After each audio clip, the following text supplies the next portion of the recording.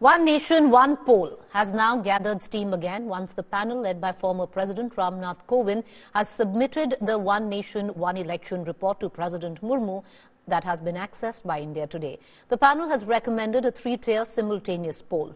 A legal mechanism for one election has also been suggested with a 2029 target set for the rollout. The panel says holding one election will ease the burden on the economy while boosting voter turnout. But not just that, in the event of a hung state assembly or if a government loses its majority, the panel has suggested fresh polls.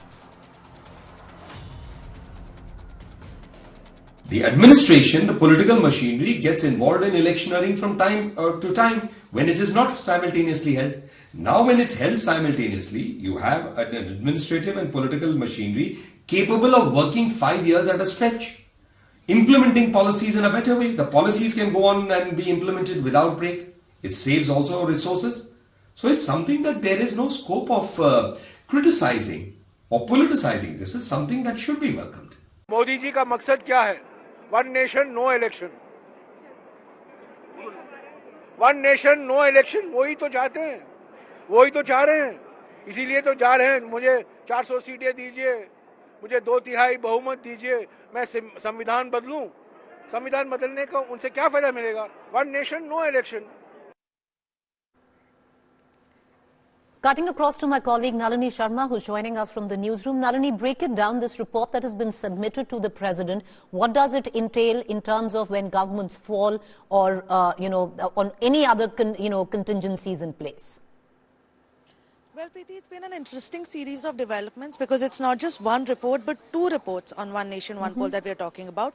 One is by the high-powered committee that was led by the former President Ramnath Kovind that has been submitted to the President. And another report on behalf of the Law Commission has been submitted to the Law Ministry to act upon it. Now, both these reports, what we are given to understand, essentially talk about implementing One Nation, One Election only by 2029, not any time before that. And what they're also saying, apart from the usual points as they're considering that they cut the kind of expenditure that happens during elections and all of that, but they've also gone ahead and recommended the relevant constitutional amendments that need to be done to make One Nation, One Poll a reality. What we are also given to understand is that the report by the Law Commission also includes something called a concept of a unity government, which essentially means that if any government in any state falls when simultaneous elections have been put into force, then in that case, multiple representatives of several different parties can come and form the government in that state called a unity government for the time being, till the time the next elections don't happen.